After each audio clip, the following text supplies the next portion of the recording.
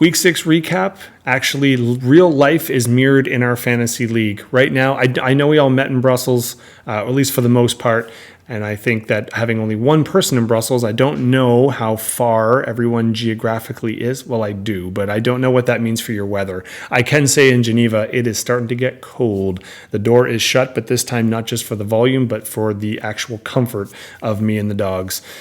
That does mirror very much what happened on the other side of the pond. Weather had a huge impact on the games. We saw the mighty fall. We saw sloppier play. We saw more turnovers than we're used to. Definitely more kicks than touchdowns.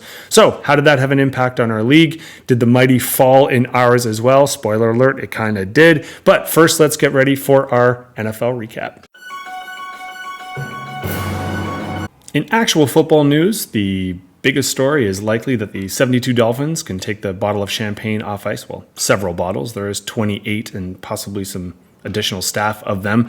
They get together, they can crack the champagne, they can celebrate the fact that they're still the last undefeated team to go from start to finish. Both the 49ers and the Eagles fell this week. A little combination of potentially some coaching issues in terms of the Eagles. They were within 2 minutes or 2-minute drill. Hurts forces on a 3rd and 9 because they couldn't push him far enough. Throws an errant pick. Jets come down and score. Could be weather. Both games were suffering from some East Coast and Northeast, especially weather. If you looked, actually, AFC teams were 6-0 against the NFC, and I think some of that might be some depth in the league, but others might be weather is going to start to be more of an issue you have to pay attention to. And then the last one, especially for the 49ers, you cannot discount the impact of injuries and who was able to start and finish the game. We'll get to a few more of those points, but just in general, if you looked and your scoring was down, that was an NFL-wide trend. Now, I can say I was thrilled. I've had a bunch of travel, which was amazing, but this Sunday I had nothing else to do but football. Even the Kelsey and Swift distractions were done Thursday / the Sunday night or Saturday Night Live, took care of all of that. So really for me on Sunday, it was just football, sat down with the dogs, NFL Red Zone on TV, stat tracker on my computer, and I really enjoyed mediocre football for the next couple hours. So if it happened every week, I'd probably be bitter, but for this week, it was fantastic. When I say mediocre, again, weather and injuries took over. If you look at the basic stats, even look into our leagues, as scoring goes, typically sort of quarterbacks. I know running backs can provide a little as well, but usually you can look at scoring.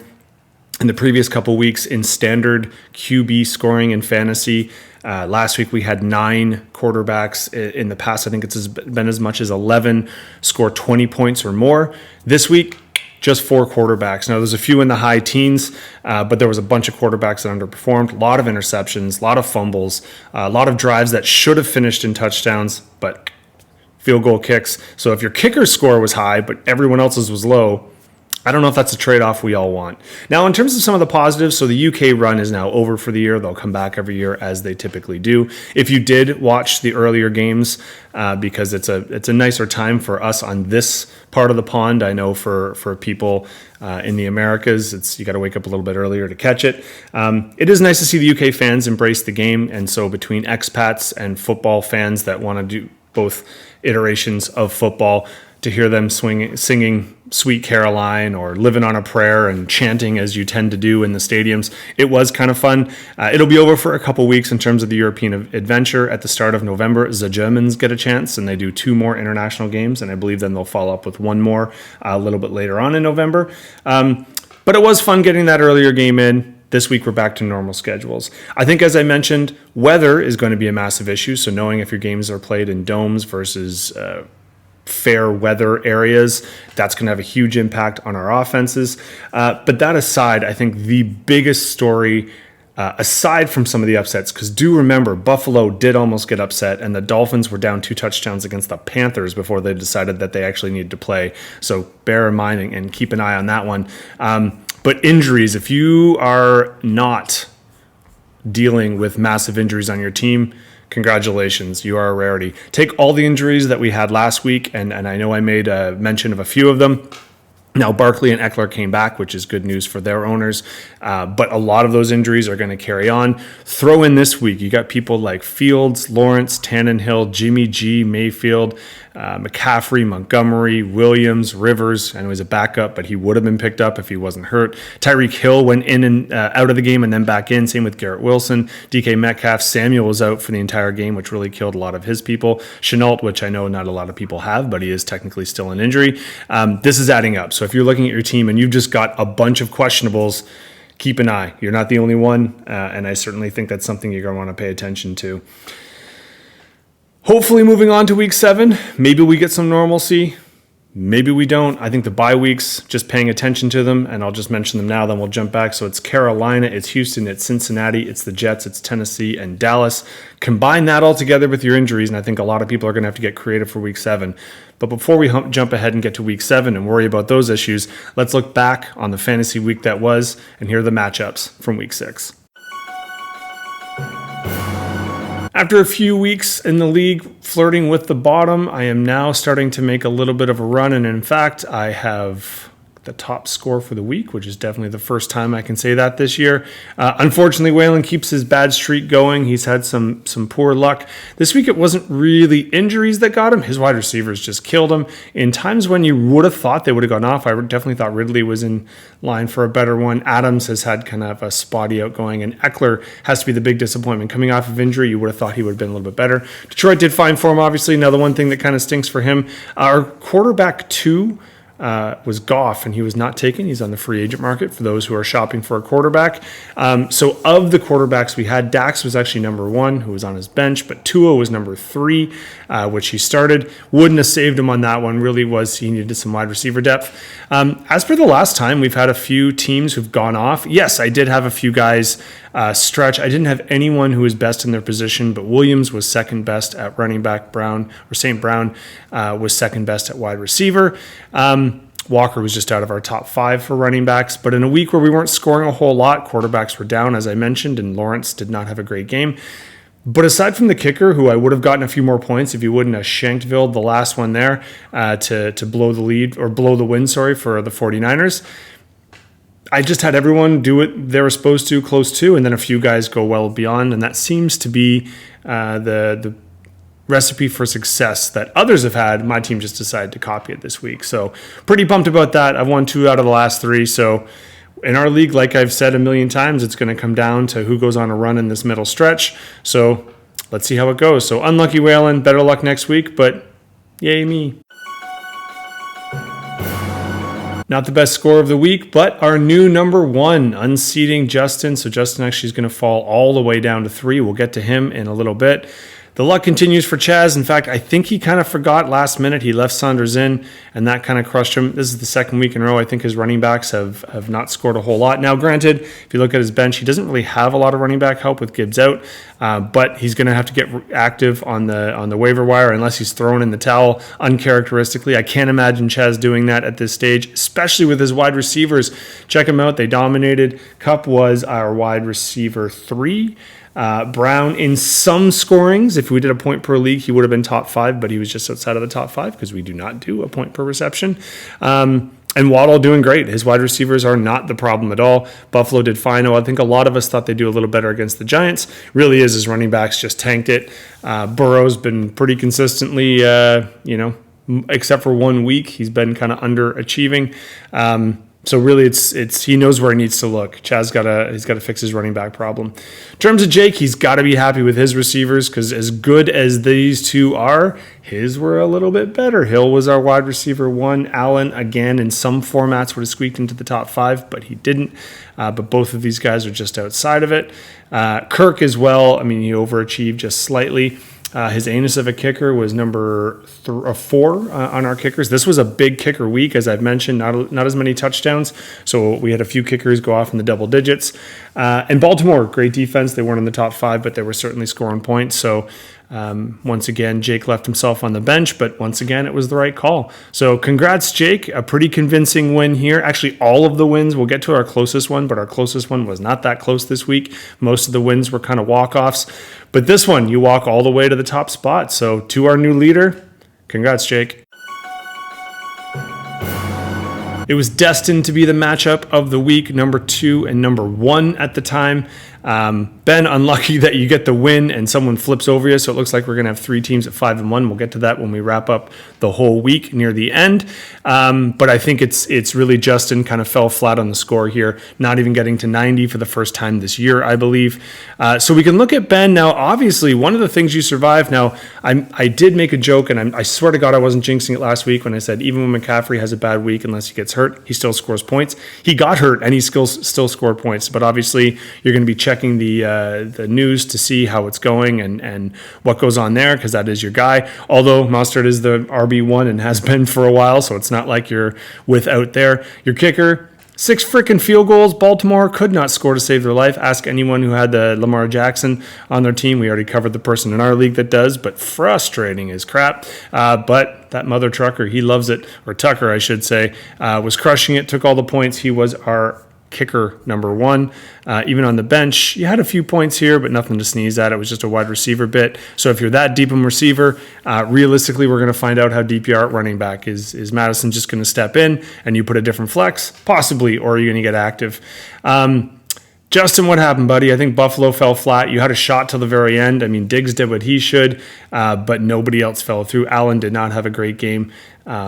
Just Dallas kind of let you down as well on the Sunday nighter. So the night games were not your friends. Moss has still been sneaky all right, even though Taylor's come back. I think Moss has outscored them both weeks, so that's fine. And Barkley coming back's got to make you feel better. Kittle, though, went from 3 touchdowns, but only 3 catches to, I think we know how he's been used so far in San Francisco, running against Cleveland's defense. Unfortunately for them, Kittle was a non-factor. You did have some points on the bench, but you can do the math. You needed to make up more than that. So realistically, you just got dusted off. You're still 5-1. Everyone in the league would pretty much take your total because that's tied for our top spot, but points for and against are going to matter, and I think we know that that's often how it rolls down to. So you held the title for a while. You still have a shot at bringing it back after next week, but congrats to Ben on the win, cementing your spot in second, and let's see how things pan out as we move forward. V coming out with a 114, and in some weeks that wins you, some weeks that lose you, but yowzers, Mark with a 60. Is his dynasty and destiny? Is he trying to be the Belichick? Is he throwing it this year?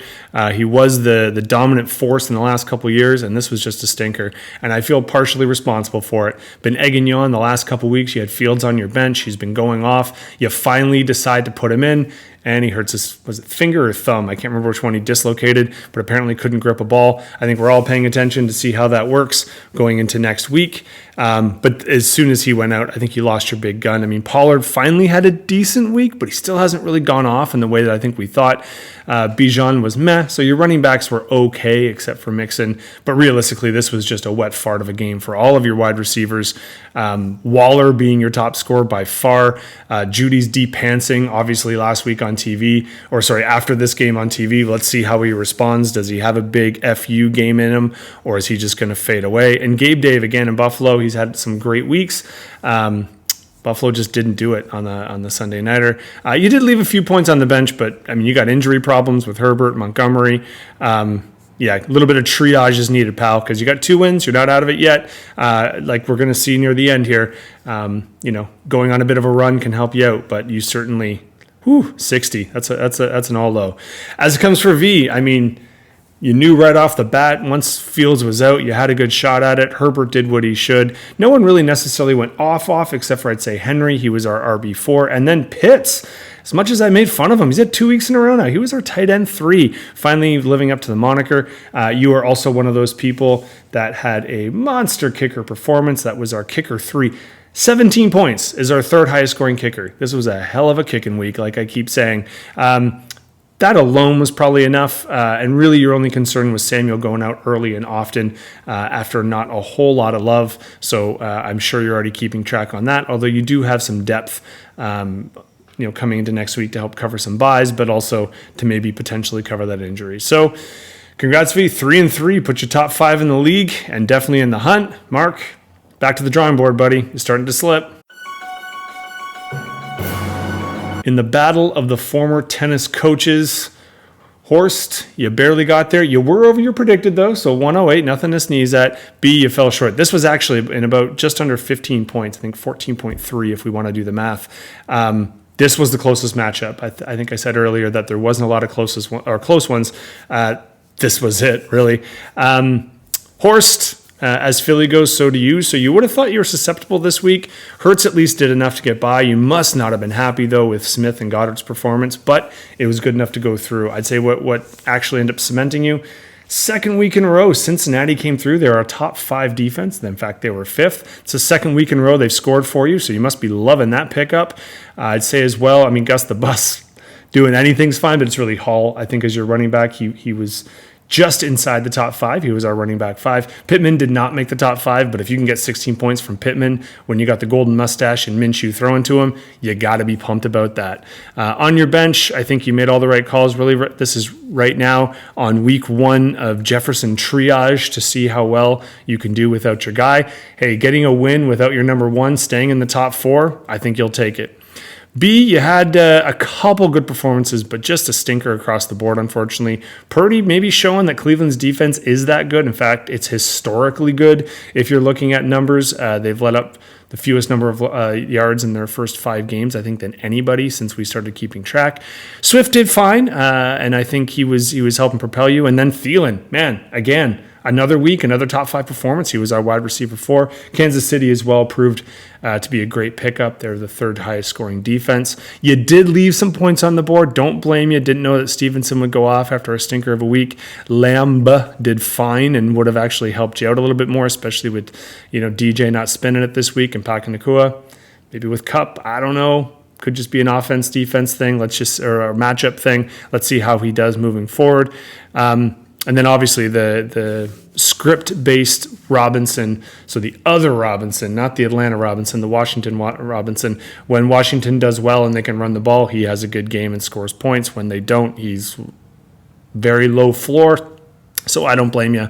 Plus, he would have helped you a bit, but you didn't actually need it. Sorry, you did need it, but I don't know if it would have actually swung that much. If you do the math, I think you might have weaseled it out if you literally put all 3 of these guys in and Thielen was up and we did some math, then maybe that would have been enough. But I totally understand why you made the calls that you did. So be unfortunate, but hey, you're 3-3. You're still top 6. I'll check the format, but I'm pretty sure you're making the playoffs as of right now. Horse, top 4, and without Jefferson, I'd say that's a double win, buddy. As we leave week 6, I think some of us are aware of this, but week 7 does mark our midway point. If we take a look at the schedule here, we do go to week 14, so this will be the halfway point. And just to clarify, because I know I said it and we're probably in more than one league, it is the top 6 that make it. So right now, B is standing on the last spot. You need 3 wins to get in. I'm on the outside, as is Mark. So what this does mean is anyone on a run right now can make it all the way back. I remember a couple years ago when I changed my name to Human Pinata, it's because I was getting pumped. I think I was 0-5. I did end up winning the league, so anything can happen. We know it's a tight league. Let's go ahead to week 7 to see some of our matchups. V and I, in an important one, he's just in the playoffs. I'm just outside, and we're going to want to figure that out. We got the battle of the basement here where someone's got to win. We've got 2 teams that are doing quite well, the 5-1s that are going against, 1 and the 6. So, Brendan, you're going to have to earn your spot and try and stay in that top 6. Mark, if you want to start your Renaissance tour here and come back to power, now's the time. Why not knock off Ben in the number 2 spot? I'd say the closest battle, and let's not take a look at these scores and assume that's it. Half the league's injured, 6 teams on a bye. I'm assuming a lot of work is going to get done, but Justin's looking to make up for the week and make his way back to the top spot, whereas the Rhinos and Horst, you're trying to prove that you don't need Jefferson to win. It was a great week 6. Like I said, this is going to be our midweek point in week 7. We no longer have the UK games, and we got a couple weeks to go until the Germans take over. So if you're able to watch, I highly recommend it. If you're not, just check your apps, do whatever you got to do. Either way, best of luck in week 7, gang.